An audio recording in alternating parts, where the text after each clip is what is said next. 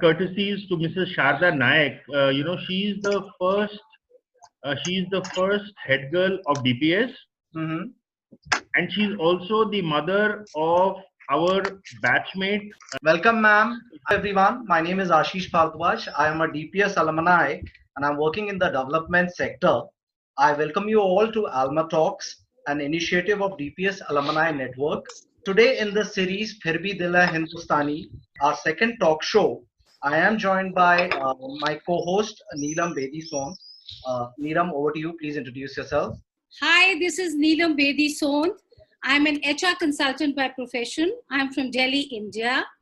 And welcome to the show, everyone, my dear buddies. Thanks, Neelam. So today we have two DPS alumni from 1976 batch. Sanjeev Suri from Prague, capital of Czech Republic, the heart of Europe, and Vivek Tawade from Milan, one of the most fashionable cities from Italy. They are here to share a bit of their hearts with us, both at the pinnacle of their respective careers. One is an international restaurateur and the other an international banker. Let me share an interesting fact that both names appeared in the first three names when I googled their names. So welcome all. Thank you. Over to Neelam. Let's get started. Okay, Sanjeev, I start the program with you. You've been in the field of catering and culinary arts, right? And you have your fine dining restaurant by the name of Jati C. It has been there from last 29 years, which is a big time. It's a big time, right? And also you made a mark in the field of hospitality and management, which is just wonderful, right? And Michelin also has recommended you for this, which is amazing. So, buddy, I would like to know your journey, your beautiful journey of success, from the time you left school in 1976. Yeah. So I don't know. Thank you, Neelam, for that. I am going to run you through very quickly the last 44 years. And I guess I have whatever it takes, 3-5 minutes. So after school, I went to Pusa Institute and did hotel management. And that was principally because in my higher secondary, I got a second division and most of the other colleges would not take me. Then in 79, I joined the Oberois as a management trainee. Worked there for 2 years. And then from 81 to 84, I worked at the Oberoi in New Delhi as a kitchen coordinator. Great.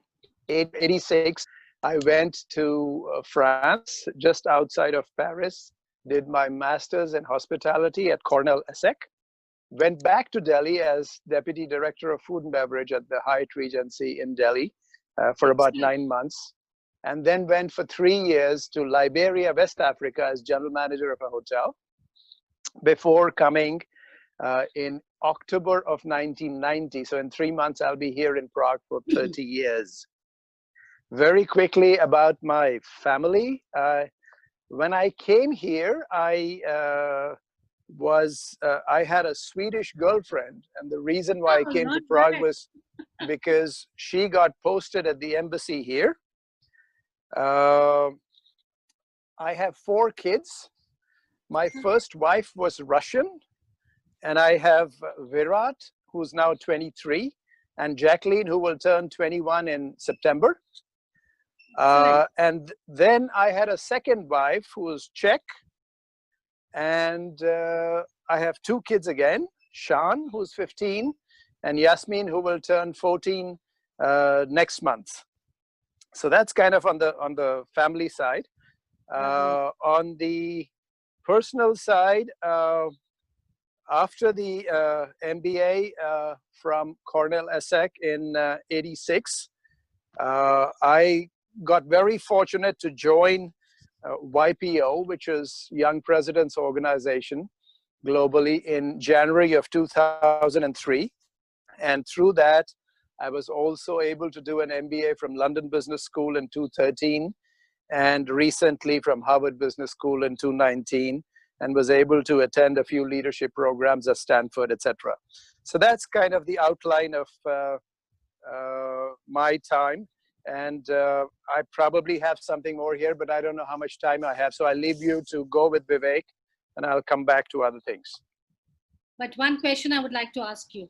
Yes. That is, that you said that you had 2 marriages, right? But why not Indian?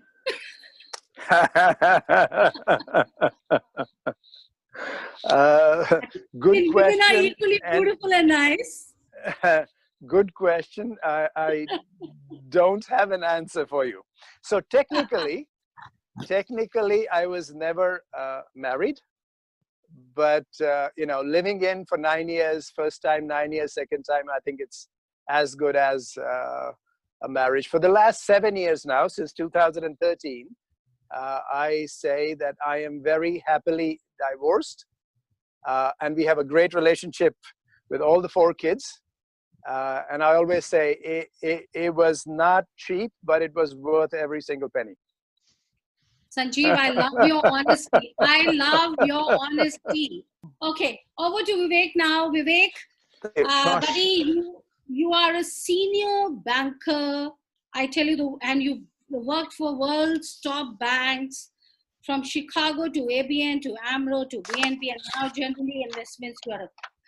You have a tremendous, I went through your biodata, my God, for a minute I got shocked because it is so good. It is so good. And first I thought maybe it's fake also. It can be fake too. Oh gosh. Neelam, thank you. I mean, you know, at the outset, I'd say flattery will get you everywhere. Okay, you know. Because Vivek, Indians are very jealous, you know them. No. Can't see anybody being so good and so good and so good. No, I mean, Rajiv, who was my immediate classmate, who used to sit next to me, would vouch for that I wasn't certainly by any stretch the brightest guy in the class. He was the smartest. He was the brightest. I was middle of the pack, very much like Sanjeev that you mentioned. I think the closest I came to getting, you know, I spent 7 very happy years at DPS. 4 of them were in the boarding school, so I made tremendous friends there, you know. And a nice thing is, as Sanjeev said, 44, 45 years later, I'm still in touch with lots of guys. So when Rajiv called me, you know, last weekend and said, let's try and do this, I said, sure. I mean, it's, we are in touch and we make a conscious effort to be in touch. So first things, DPS, 45 years on, had some great memories, great friends. Now, not all the memories were fantastic. I just, you know, I got my butt hit, you know, whacked by dope. Anybody remembers dope? I mean, Rajinder Singh. I used to be regularly late for morning PT, so, you know, and I paid the price. But it taught me, I think one of the things it taught me is in today's life, I am on meetings on time, and I start my meetings on time, you know, many years later. So post DPS, I went to Sydenham College, Bombay, where it was, I think Bombay was a very liberating experience for me. I mean, you know, Delhi is a little bit more conservative. Bombay then was a very big thinking city. And I was fortunate in my class. We had India's one of the biggest banker, someone like Uday Kotak in class with me. And then we had Miss India in class with me on the other side. So we had a real, what I call barbell of lots going on and lots of interesting people in between and nice people in between. So Bombay was good. Finished my CA, I qualified with Pricewaterhouse, and I figured very quickly that audit's not my thing. It was 1,200 days of high, intense pressure, quite boring stuff, but it wasn't for me. And then I moved on quickly to do my MBA. And I went like Sanjeev, I went to France, and I was hanging out with one of my DPS buddies playing tennis at the Delhi gym, and tennis is a big passion for me. And he said he was going to INSEAD. So I followed him a couple of years later, went to INSEAD. I didn't really speak much French, enrolled in a small village in Western France to try and speak some French. In 8 weeks, it got me, got me the basics, and that was good. And France was also a fantastic experience because you met people from 30 odd countries that taught me a lot about myself and educated one in not a bookish sense, but something a little bit more. Just I was a shy kid. It got me out a little bit.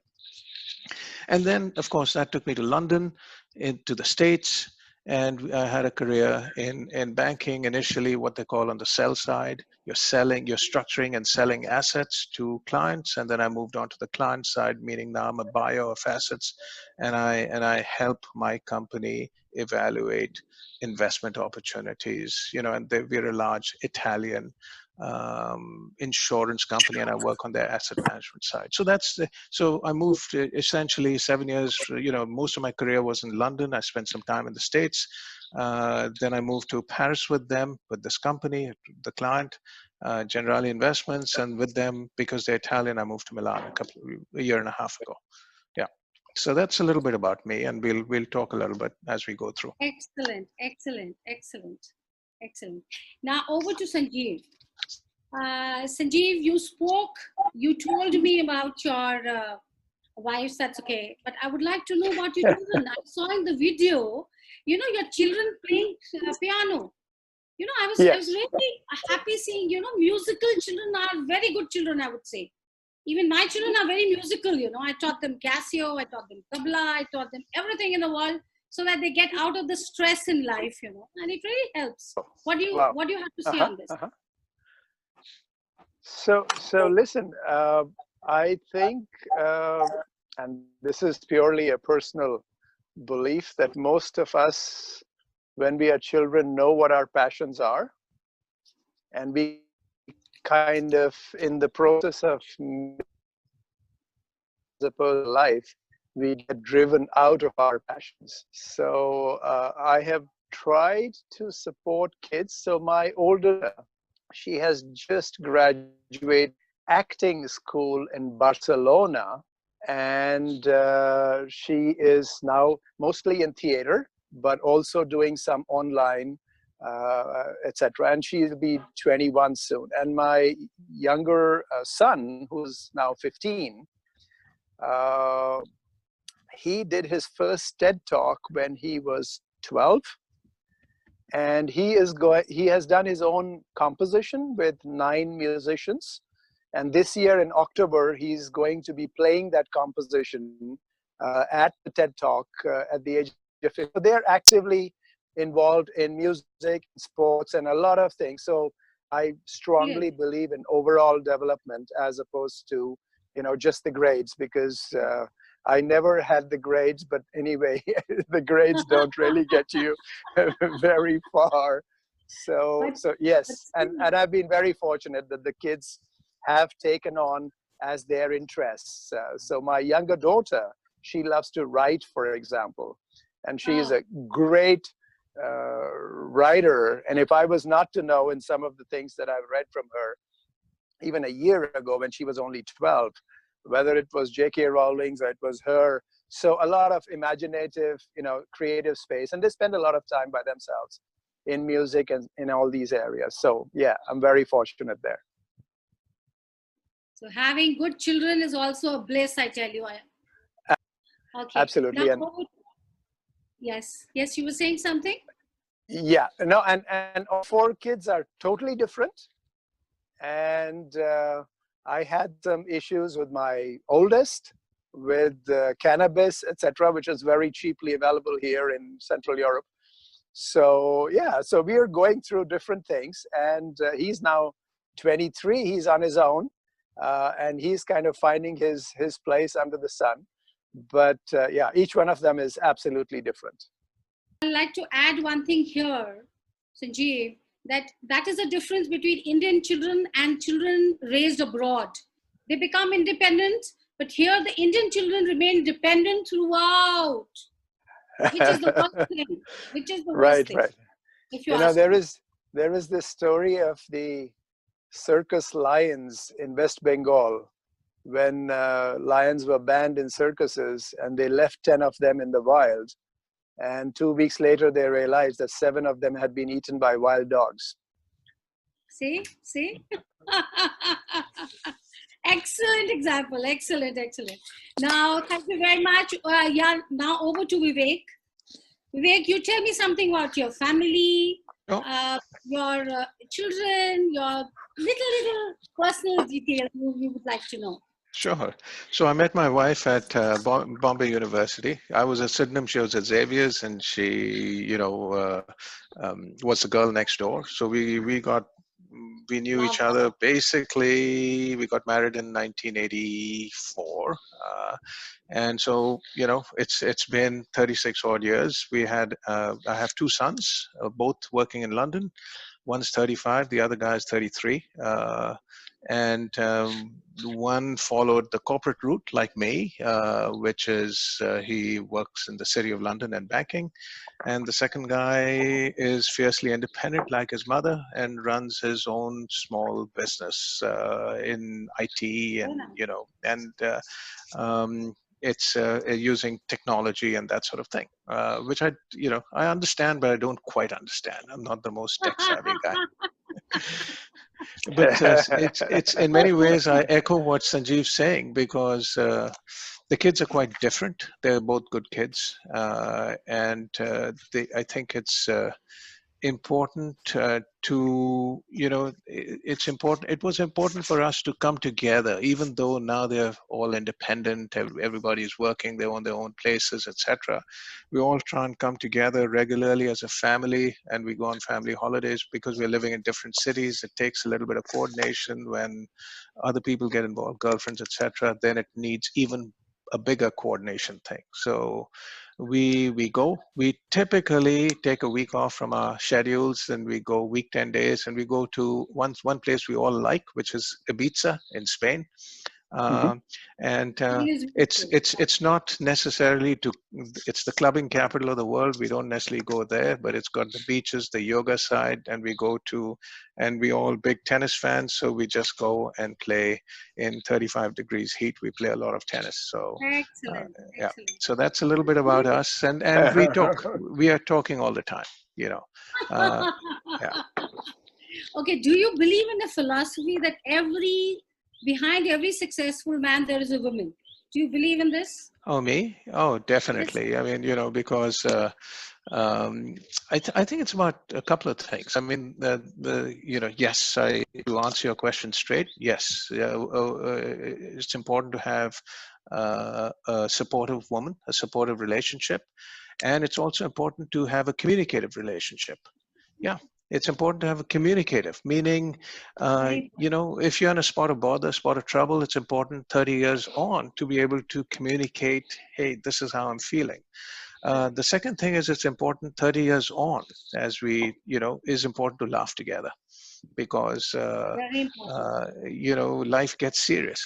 And we go through stages in the 18 to 23, 24. You're trying to get your education sorted, then you're trying to get your first job sorted, then you're trying to make a little bit of money to buy your first house, then that gets done, then you're trying to put the kids through private schools and all that stuff, and then you're trying to have a laugh, and once you have a job, you're trying to find time, and in that's very, very important, I think. So yeah, somewhere in Sanjeev, I'm sure you have lots of wisdom. No, just in that space of humor, if I may add, yes, behind every successful man there is a woman, because women don't like to stand behind successful men. No, but just kidding. You mean they want to be up front? Good one. When you were talking, I was thinking about my life with my husband. We also twin very well together. Yeah. Very well. And that is, I think, the beauty of success and happiness in life. Because, I think one of the key things I've learned is to give it for two, in some ways, people who are different. We are both individuals, my wife and I, and both educated individuals. She's quite a strongish personality. Rajiv has met her, and some of you might have, and I like that. I like people with opinions, and it's important for me. And so she grows, and I grow, and we come together. We talk about lots of issues. There could be frivolous issues. There could be serious issues, and that's, I think, as long as you're talking, I think that's good.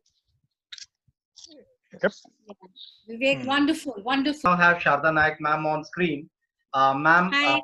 if you can hear us, please accept our greetings, and if you could say a few words. I brought at a young age. I was only 18 and one of the first girls to go to America to study. So my question, I missed the first part of, first part of my question is, what difficulties do you personally face as a foreigner in the country where you are now settled? And the second question is, have you in any way communicated your Indianness or Indian values to your children, that they're interested enough to come and visit this country and find out a little bit more about it? Sure. If I may go first, I live in Italy. I'm here for work, so it's a beautiful country, and I wouldn't mind actually living here for longer. But as things stand, I'm trying to separate work, where I live for work, and where I live normally. I normally live in London, so I'm a resident of London. Okay. Here, I've made lots of friends. Yes, I communicate my Indianness to them. We've introduced the Italians to Indian food at home, and I have Indian art all over my house. So there's a lot of Indian in me that way. Yeah, for sure. And we talk about Indian issues, the whole, whether it's geopolitics, whether it is something just cultural, with my colleagues or friends here in Italy. Certainly in the UK, there's a lot more awareness of everything Indian, due to a variety of historical links. In terms of the kids have been coming to, the boys have been coming to India. We've, until say they were at university, so give or take for 20 years, we came every year. We took a Christmas trip. We were there for 2 years. They spent time with their grandparents, who were in Pune. So typically, and then we tried to visit places in around. So it could be, combined a family visit with a beach visit or a historical visit. It could be to Rajasthan, it could be to Delhi, it could be to Kerala, it could be to Goa, it could be to the Andaman Islands. So just something that would make, everything from a 6-year kid to a 20-year-old kid, something of interest to them. So for sure. They speak some Hindi, and not great, but it's trying to understand but they understand it more, and they understand their culture, their roots, for sure. That's very nice. That's very nice. Listen, yeah. I can go after. I think I was very fortunate to have very deep roots, especially because of my parents and grandparents. And it's what we call sanskar.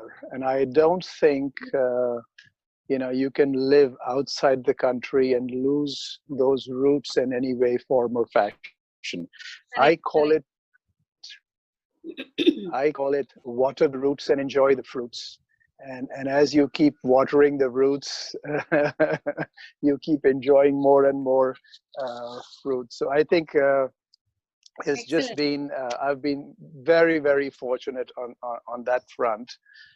So this portion of, the dil and the soul and everything else is totally Hindustani. Although on the superficial level, I do not necessarily, the kids, the younger ones speak a few words here and there of Hindi. And that is something they learned by their choice. They go back practically at least once every year. I go back a couple of times, sometimes even 3 times a year.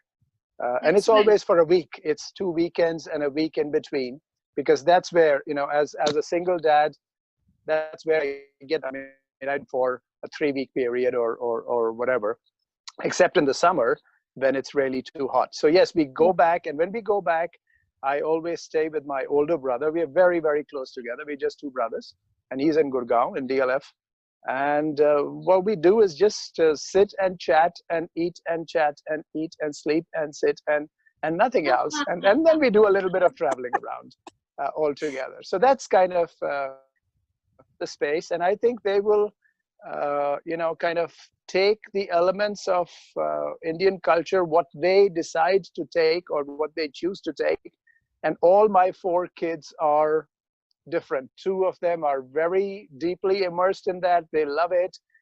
One is kind of okay and, immersed, and one is kind of totally hands off and saying, listen, that's my oldest son.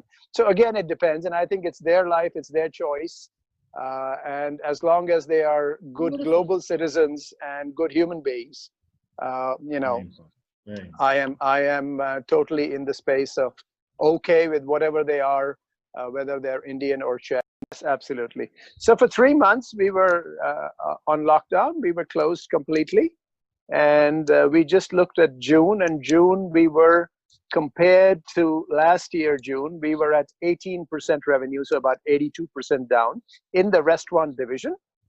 And because schools are closed and some of the other things, our catering is completely shut down. So overall, we were about 88% down at 12% of revenues compared to last year. So that's kind of where we are at right now. We were 368 people full-time last year. And right now we are about 180, so about down to a half. And we will probably be at the end of the summer close to 150. Okay. So but things are looking up now. I would like to hope so. But yes, it's a combination of the business has dropped by 2/3, and our prices have dropped by 1/3. So when I put those 2 things together, you get revenues which are below 20% of last year. So that's kind of where we are. And now we are hoping that it's going to look up, because otherwise it's a bloodbath. Sanjeev, I'd just be curious to know, if I may ask, has the government provided any funding facilities for COVID, for working capital, temporary shutdowns, any subsidies, that sort of thing? And has that been easy for you to tap into? Yes. So in terms of payroll subsidies, there's what they call the antivirus program. And politically, it is publicized at whatever, 60 or 80%. In reality, you get about a 30, 31, 32% subsidy on your payroll. And we were running a fixed payroll of about 1.2, 1.3 million US every month. So we have cut back on that substantially. And with the subsidy, it helps, every single crown helps to, move it forward. And I think Czech has done a pretty good job with the medical side. The number of new cases, except for isolated pockets in some corner somewhere, are very low. Prague has had, I think, 3 new cases every day on an average in the last 4 or 5 days or whatever. So generally, very good job. On the economic side, because of the lockdown, you have to take that. But I think they're coming up in a big way to see what all else can be done. So yeah. There is some relief, but you can't take away 88% loss of revenue and give some kind of relief in any way. So it's but there's other industries. I was just talking to the CEO of a hospital bed manufacturer. It's called Linet, and I think they're the 2nd or the 3rd largest in the world. It's a Czech company originally. So and he said, we can't meet demand. So I said, listen, you're going to grow what, 40, 50% this year? He said, no, we probably pessimistically going to grow 100% or more this year. And this is not a small company. I think there were 300 million euros excess plus as we went into this. So they're probably doubling. So there are industries that are benefiting out of this, and there are other industries that are, we are more like the infantry. Hotels, restaurants is like you take the maximum collateral damage, basically.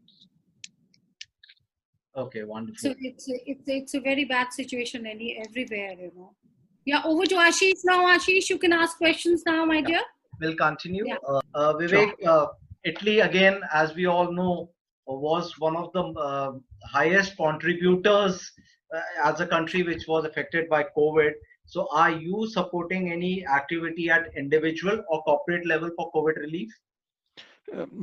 Individual, frankly, less so. I mean, directly. But at a corporate level, we are all quite involved. I mean, the company is set up more than 100 million fund to fund local Italian SMEs.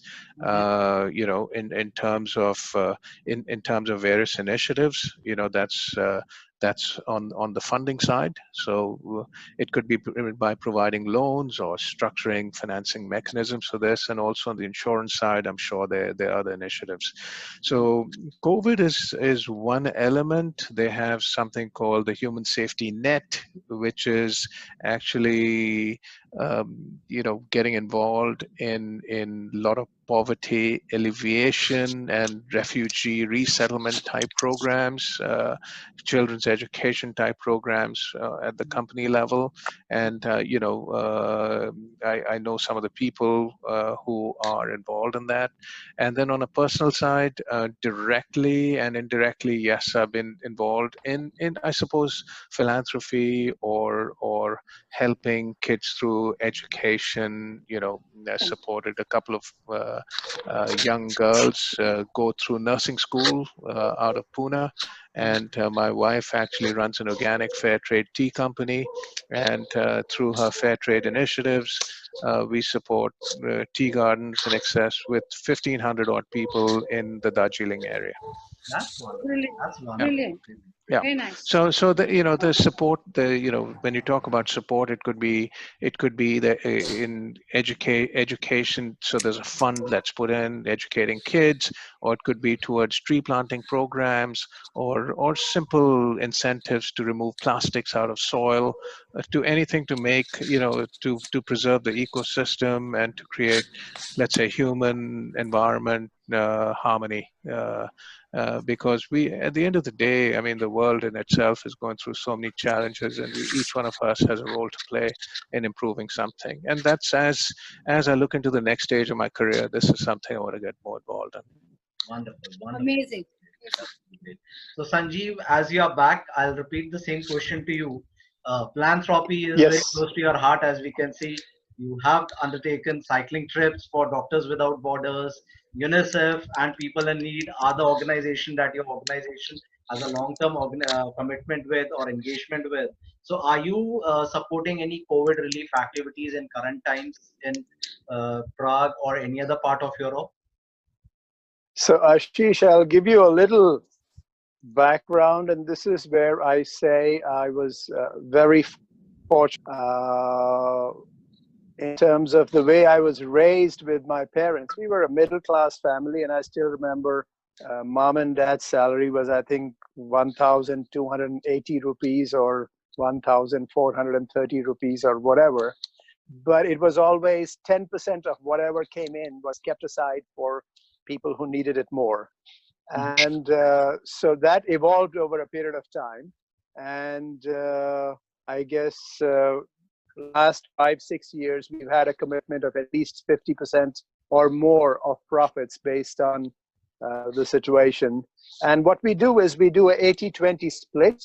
20% goes for close by, which is in our community here in around Prague, and 80% goes to the empowering the poorest and the weakest women and children in remote areas.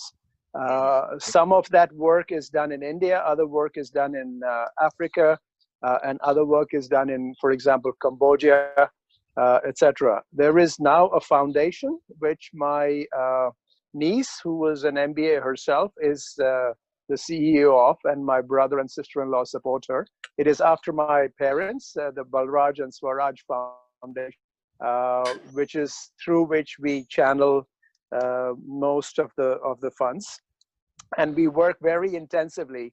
Last year, we are doing a lot of work with Akshay Patra, which is the school feeding program for hot lunches. And just weeks ago, we had a YPO event. We raised, I think it was 15 or 16 lakh rupees for Akshay for their present feeding programs. So in short, yes, the philanthropic funding, I brought it to a close when this happened in March. We had to stop practically all except for 2 or 3 charities that would have stopped functioning if we had not for them. And it was more of the principle of, you know, when a plane is going down and you are a mother with a child, a 4-year-old, you have to put on your oxygen mask first yourself so that you survive, and then you help child. So that's kind of phase we are in right. But I'm sure as come out of this on the other side, we will go back into our old philosophy of at least 50% profits going back to philanthropy. And it's mostly in the area of empowering women and children in remote areas. That's wonderful. That's really great. I mean, I'm sure it'll help the society in the longer run. It goes to both Sanjeev and Vivek. I'll start with Sanjeev here. As you said a short while ago, as a first generation immigrant, you keep coming back to India quite frequently. So how often do you come and how do you spend time?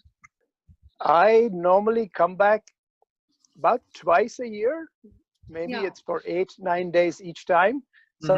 Once, sometimes thrice, but on an average, maybe twice a year. Okay. And we are just 2 brothers. So my older brother is in Gurgaon, and this is where I stay. Basically, what do we do? To take the kids around and show a little bit of India, we all travel together. Oh, that's wonderful. Places. But other than that, we basically sit and chat and eat and sleep and chat and sit and talk and nothing. That's what we do. Okay. I'll repeat the same question to Vivek. How often do you come? What do you do? My trips are mostly annual. I come for about 2 weeks and a bit, you know, every year, mostly around Christmas or Diwali, depending on the time slots that I can get away. Before, when the kids were smaller, you know, up to university level, we used to all come together. And that when I come in, it's usually we are in Pune. That's where my mother lives, or my in-laws live there. So they live within a mile of each other, and they know each other. So they are good. My mother-in-law and my mom are good friends. You know. I tend to slot into my Indian life. I have a lot of friends in Pune, so I play tennis with them. I have a trainer. I go to the gym with one of the guys. We go for morning runs. We do the things that we would normally do. And besides, we spend time with the moms. And then when we have a few days off, then we take short breaks and we go to places like Goa or somewhere else. And in the past, I think 2-3 trips. I think one of the nicest ones was going to the Andaman Islands. I don't know whether you've been there, Sanjeev, but we went to Havelock, and I would highly recommend it. It was beautiful. A couple of hours boat ride from off Port Blair. So I was exotic. In Seychelles with the kids and been to the Andaman. Yeah. Wonderful. So it's a place my wife spent some time when she was a kid, when she was much younger. So you know, it got a certain sort of nostalgia for her too. Yeah. Okay, that's wonderful. When was the last time, Vivek, that you could go to school DPS? It must have been. I took my sons to DPS just to get them, give them an idea. It must have been 2004, 2005. Around that time. It was a long time ago. So my trips are, I come less to Delhi because we fly into Milan, but fly into Bombay and then go to Pune. But for the most part, I think I haven't spent much time in Delhi.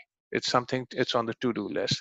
But you know, if you're working in, you only get, let's say, 4 weeks of holiday or 5 weeks of holiday. So you try and spend some time on other non-Indian holidays and combine it with Indian holidays. So then, when you come to India, you try and spend it with the folks. Yeah.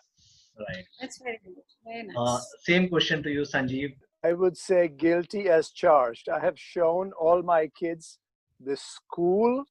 And just opposite is the Oberoi Hotel where I worked for 5 years. From the outside. and we've had time, but I have never taken them inside. Oh. So I haven't been inside for I don't know, guilty as charged. No, but interesting you ask, because I had to take a pass to go inside. And funny thing is, I think the caretaker or the guard at the school, I told him I studied at the school for many years, and then he let me in and the kids in. Obviously, they have security concerns. So they don't want to let all the weirdos in as such, but after some persuasion, they let us in. And then I took them all across, and it was nice for them to see. Very nice. And Very when I was there, Mathura, we were at Mathura Road, so that was the school. And you know, DPS was the DPS. Yeah. We were the fortunate few, I tell you, Yeah. who studied in DPS those days. Yeah. And especially girl child, you know, girl child education for a girl child was never in a co-educational school in my days, you know. But my father had a different mindset, you know. He said, no, my daughter is like my son. So he got me enrolled here, you know. Excellent. Yeah. Fantastic. Great. So we'll proceed further. Okay. Now, this question is first to Sanjeev again. Sanjeev, I would like to ask you, do you make friends for life or you make seasonal friends? Neelam, I think life is not black or white.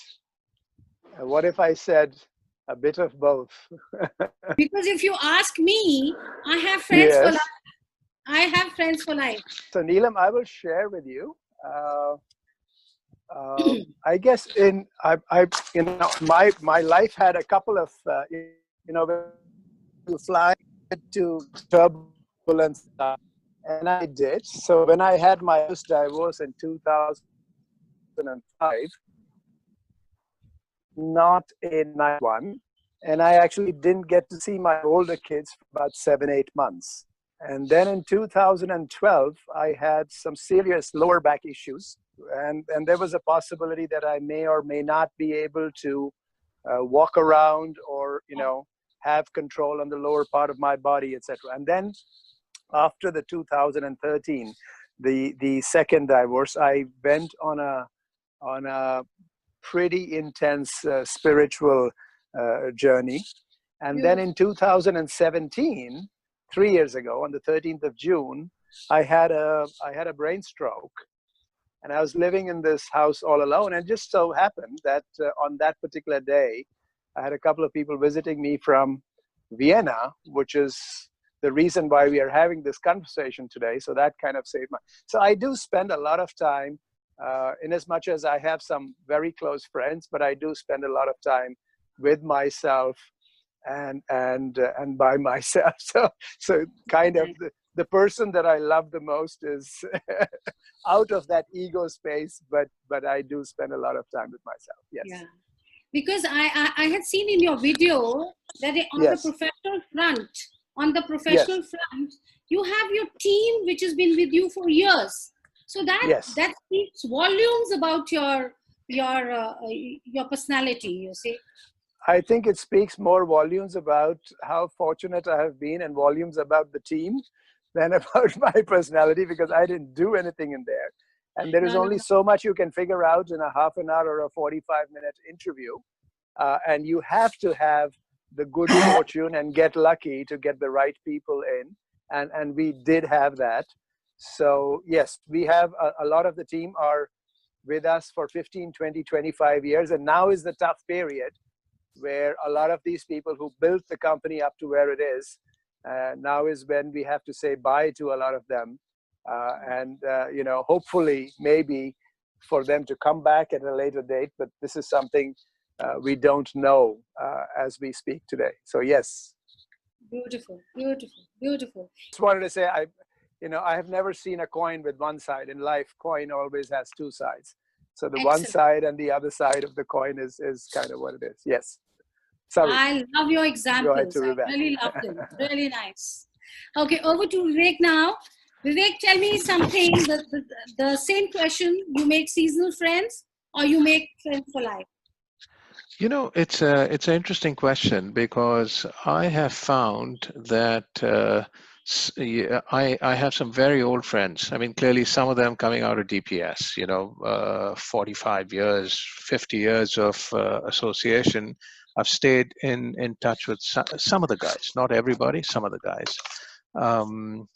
And it's been a two-way thing. And then over the years, I've made friends as I've gone along, and be it the French, the Brits, the Italians, whoever, I have a Rolodex of what I'd call good friends. I can call them, and if I have an issue, I think a lot depends on how often you think of them, how often they think of you, how impromptu can you have those conversations, and how heartful are those conversations. So there are a couple of guys I call, we have chats on weekends. One of them is a DPS guy in Bombay, and we chat every 2 weeks. So yeah, we're from the DPS boarding school. So it just goes to show it's an old association, but we talk about lots of different things, and we are in constant touch. So it's a mix. Just to answer your question, it's a mix. Very nice, very nice. The last time you met your batchmates, Vivek, any batchmate? Batchmate last year. DPS. Yeah, last year in Milan. One of my old schoolmates from DPS, our class, but not our section, science stream. Okay, so that touches there. Okay, Yeah. Sanjeev? I think, if I'm not mistaken, it was last year in October when I was in Delhi, in Gurgaon. It might have been the year before that, but yes, last year or the year before, where we came together with a lot of our batchmates. I think we are about 15 or 17 of us who went together for lunch, and yeah. Beautiful. But you're right. So I met my other friend Sanjeev in Milan, and then I was swinging by Delhi to go to Pune. I had 6 hours at the airport, and then I had another classmate pick me up from the airport, bring him to his house, and we called. Rajiv and I had a conversation. And we went to DLF, and we had a nice time. Yeah, with Ranjit. Okay, wonderful. That's wonderful. So I'll go on to my next question. Sanjeev, please tell us, like, what is the main difference as per you, difference in living and working between Prague and Delhi, let's say? Oh my God, this has been a good question. 36 years I've not, except for the little stint at Hyatt. So I would have no idea. I presume working in Delhi has changed completely as it has working in Prague. So is it okay if I say, I really don't know the answer to that question? I mean, the living and working style, or you can even normal life between a life of an individual in Delhi versus that in Prague. Okay, I'll say a couple of data points in terms of, every time I go to Gurgaon and we have to go to Delhi, it takes a couple of hours to get somewhere and then a couple of hours to come back. Correct. And I live here in a house with a garden, which is exactly 5 kilometers from the dead center Charles Bridge. And when I go to work, which is at the Charles Bridge, that's where the office is, it takes me about 7-8 minutes of driving. And when there is a traffic jam, it takes me 10. So I guess I would be not comfortable spending 4 hours a day in traffic if I had to be working in Delhi somewhere and getting from one place to another. So, the airport is on the other side, and it's, so if I have a 10 o'clock flight, which is a European flight, the taxi comes and picks me up at 9 o'clock, which is an hour before the flight takes off, because 15 minutes to get to the airport and then 15 minutes to rush through in, and then you're there when boarding starts. So, those little things that I guess one gets used to. And I don't know if it would, if I had to leave, but in any other city, in London, Paris, New York, wherever, you probably have to leave for the airport 3, 4, 5 hours before your flight, which is, so in a certain way, Prague is a little village, So life is very laid back and it's not intense. But on the other side, it has quality, which would not be easy to find in most bigger cities. It's a lover's paradise. That's what. Yes, yes, it is. Absolutely. Very romantic city. That's correct. That's Very correct. romantic. And one of the few cities that was not destroyed in the Second World Correct. War. So yes, it Correct. has the historic center, etc. Yeah. Correct. Perfect. Yeah. Perfect. Wonderful. Very nicely explained. Now, Vivek, the same question. Difference between Delhi or let's say Pune versus Milan. But the thing is, the thing is, I've never actually run a house in India. So it's the logistics of running a household, be it me or my wife, we have never actually done it because I left India in 1982. So it's a long, long time ago, 82, 83. But I'd imagine it would be a little bit, in terms of complexity, it would be a little bit more complex in terms of some of the logistical issues that, just to get used to. But once it's done, I would think the ecosystem is very friendly. I mean, you are surrounded by lots of, friends, families, volunteers, everybody to help out. Lots of, I'd imagine help is available. I would also imagine COVID has changed some of that, that ease and made some of those things a little bit more complex. So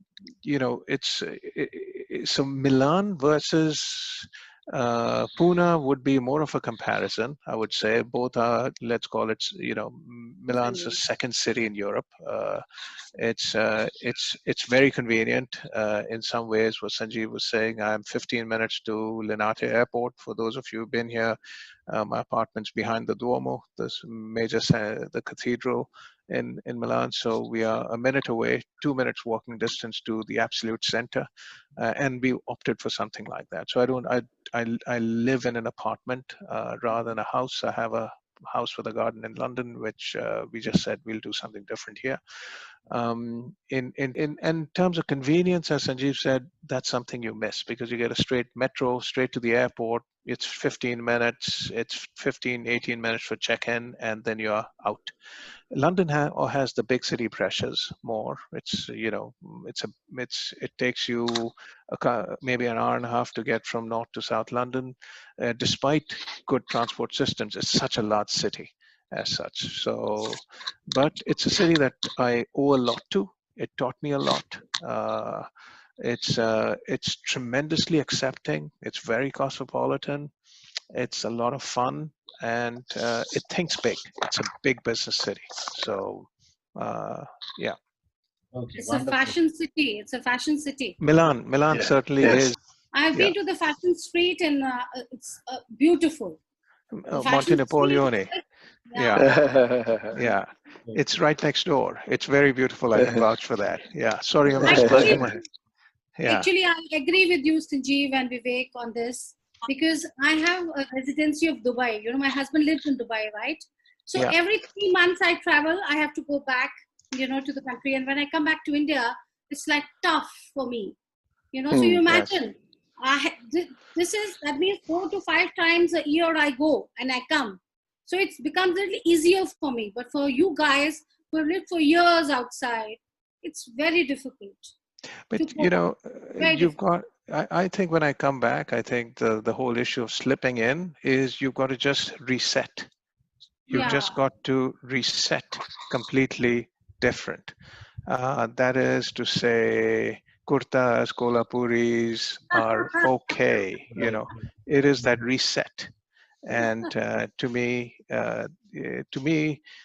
once you get used to that reset, it's fine. Correct. You can get used to it. Suddenly it struck me, I must, Rajiv Soni, now this is for you. I think since you have taken so much of initiative in getting everybody together, why don't you organize an old age home for DPS so that everybody who wants to walk in can walk in and stay together and have fun. Well, the answer is very simple. I will set up the old age home, but where are the old people from DPS? They just don't grow old. Yeah. Correct. No one. Let me tell you something. I hope I have the consent of Mrs. Sharda Nayak. She's as old as my mother. She drives her own car Beautiful. by herself. She Beautiful. comes to DPS alumni meetings at India Habitat Center on her own. Walks Wow. in, Fantastic. Amazing. Fantastic. walks in and walks out on her Wow. own. She does not want anybody Fantastic. to accompany her beyond the door. Ask the next question. Quick, Vivek, do you foresee yourself relocating back to India in near future? Yes, no? I think the straight answer is once I finish my corporate career, it could be, there's no timeline as such, but I could see myself spending 3 months a year in India. It'll be most likely in Pune. We have some, we have a base there, put it this way. So, and from there, with the base, one can use to fly in and fly out to different cities, visit different friends. So, yeah. Wonderful. Yeah. Same, Sanjeev, do you see yourself coming to India also? Ashish, in October, I'll be in Prague for 30 years. Okay. So I came here in October of 1990. But if in July of 1990, you would have asked me, are you going to go and live in Prague and you're going to have 4 kids there and you're going to spend the next 30 years, I would have probably thought there's something wrong with you. So, so I don't know where life will take me, and I'm happy to live in the moment and go with it, go with the flow, and wherever it takes me, I think there is a higher intelligence which takes care of all of us, and it will. And if it takes me to India, I'm happy in India. If it keeps me here, I'm happy here, or wherever else. So that's kind of, I don't know the answer to your question. Okay, can understand. So again, Sanjeev, continuing with you, can you give us any 2 instances quickly where you can say Dil is still Hindustani? Listen, I don't know about 2 instances because I guess my life, every single moment of it is, the Dil is always Hindustani. It doesn't change with the fact that you carry a different passport. Okay. So Dil is not in certain instances Hindustani. It's all the time Hindustani. That's wonderful and very beautiful. And will always be Hindustani. Very nice. Excellent. Very nice. I'll ask the same question to you, Vivek. Being Hindustani or Indian is thinking about India every day.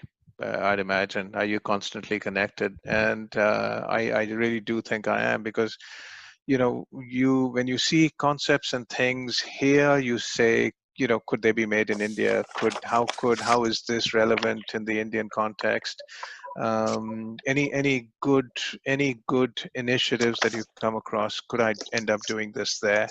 I have my NDTV fix every day, first thing in the morning, just to see what the news is, and I try and stay in touch. You love Indian food, it's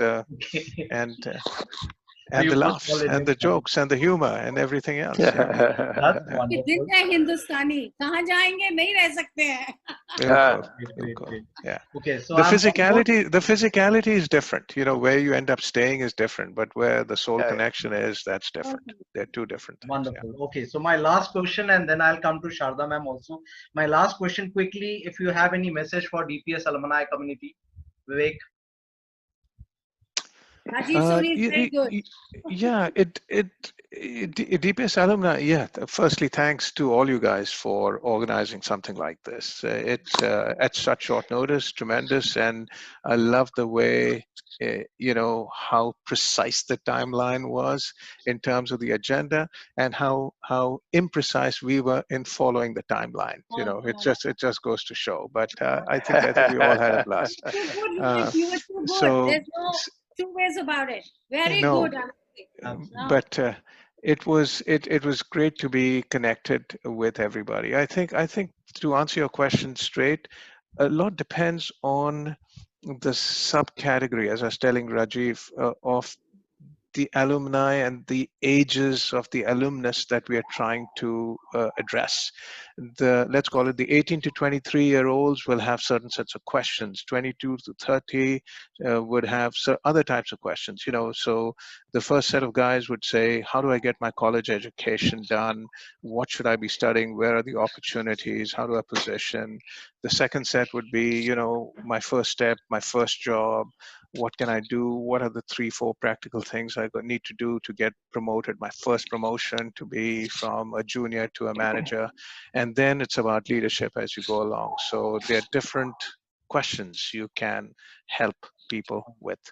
And then, as you mature, I suppose it is more about what you can give back, All right. Excellent. Great. Wonderful. Excellent. So, Hats off. Sanjeev, the same question quickly. We just have 20 seconds. I will take that. I mean, I think if you're a dip site, then you've been very fortunate. And my space would be grateful for your fortune. And the more fortunate you are, the more responsibility you have. So pass it on. Wonderful. Excellent. Wonderful. Excellent. Excellent. So it's really been a pleasure talking to you both. And I'm sure this will inspire a lot of dip sites.